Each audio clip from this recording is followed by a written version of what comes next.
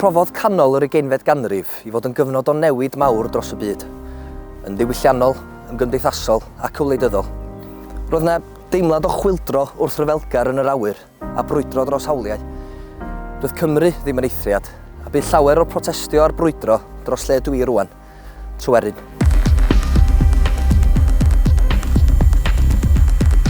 Yn y 50au, roedd Lerpwl yn dymchwel slymiau'r ddinas ac yn adeiladu tai newydd modern yn ei lle, ac roedd angen dŵr.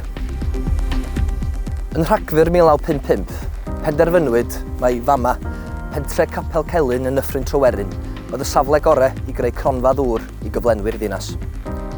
Cymuned uniaith Gymraeg oedd Capel Celyn, pentre bach gwledig gyda swyddfa bost, capel ac ysgol, hollol wahanol i brysurdeb Lerpwl sydd dros 100 milltir ffordd 'na. Digwyddodd bob dim yn gyflym. Nad oedd yr un aelod seneddol Cymraeg o blaid, yn 1957 paswyd deddf gan y Llywodraeth yn Llundain a oedd yn caniatáu boddi'r pentref. Cewyd yr ysgol, gwagwyd y capel, a thaflwyd trigolion y pentref allan o'i cartrefi. Gwthwyd y gymuned allan o'r ardal wrth i offer trwm a pheiriannau ddechrau ar y gwaith. Roedd gwrthwynebiad dros Gymru gyfan. Ffurfwyd Pwyllgor Amddiffyn Tryweryn a mediadau fel Mudiad Amddiffyn Cymru. Bu protestiadau yn Lerpwl, ond doedd dim modd newid y penderfyniad. Roedd llawer yn credu bod llais Cymru yn cael ei anwybyddu, ac un llais amlwg yn y cyfnod yma oedd Dafydd Iwan.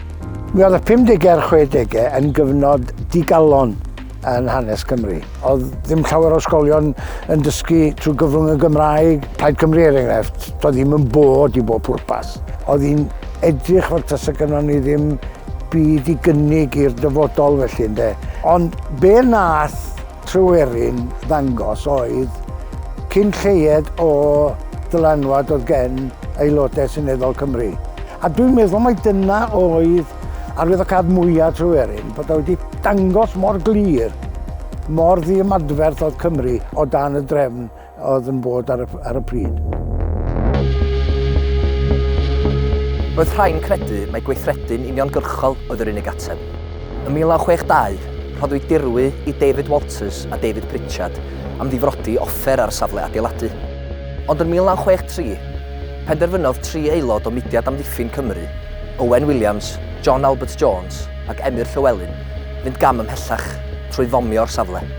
Pam oedd bobl yn meddwl mai gweithredu'n uniongyrchol oedd yr unig ateb? Mi roedd yna garfan o bobl yn teimlo bod angen gwneud rhywbeth mwy uniongyrchol. Doedd o ddim yn mynd i rwystro'r boddi, ond oedd rhywun yn teimlo, wel, mae rhywbeth yn cael ei wneud. Oedden ni'n gwybod bod yna berygl y bysa'r Mudiad Cenedlaethol wedi gallu mynd i gyfeiriad peryglus o ddefnyddio bomiau a gynnau. Ond ddaru ni osgoi hynny a sglennu at ymgyrchu di-drais rhan fwyaf o'r amser. Bydd 3 paratoi yn drylwyr ar gyfer yr ymosodiad, gan fapio'r safle'n fanwl. Roeddent am dargedu trosglwyddydd oedd yn cael ei warchod gan swyddogion diogelwch a chŵn. Yr holl baratoi, daeth eira trwm i darfu ar eu cynlluniau. Wedi gosod y bom, profodd hi'n anodd ffoi o'r safle gan bod sawl ffordd wedi cael. Dalwyd Emyr Llew wythnos yn hwyrach ar ôl i'r heddlu adnabod rhif y car. Carcharwyd Emyr Llew am flwyddyn a dalwyd y 2 arall sawl mis yn hwyrach. Carcharwyd Owain Williams am flwyddyn a derbyniodd John Albert Jones 2 mlynedd o garchar wedi ei ohirio. Ni amharodd y weithred ar y gwaith adeiladu, a 2 flynedd yn ddiweddarach yn 1965 a gorwyd y gronfa ddŵr yn swyddogol. Ond faint o ddylanwad cafodd y bennod hon ar Gymru fodern? Dwi ddim yn credu bod hi'n ormod i ddeud mai boddi Tryweryn oedd y trobwynt mawr yn y ganrif ddwytha tuag at hunanlywodraeth y Gymru. Wedi gweld pobl Cymru'n deffro i sylweddoli i bod nhw'n Gymru a bod hynny ag oblygiadau gwleidyddol. A'r prif beth wrth gwrs yw Senedd sydd yn cynrychioli pobl Cymru, sy'n atebol i bobl Cymru a hefyd bod yr iaith Gymraeg wedi dod nôl i ganol bywyd gyhoeddus a swyddogol Cymru. Yn sicr mae wedi siapio y Gymru sydd ohoni heddiw. Fydd na ddim Tryweryn arall. Allwn ni ddeud hynny bellach efo sicrwydd. Un peth sy'n sicr ydy bod yr argau yma wedi gadael ei farc ar hanes Cymru.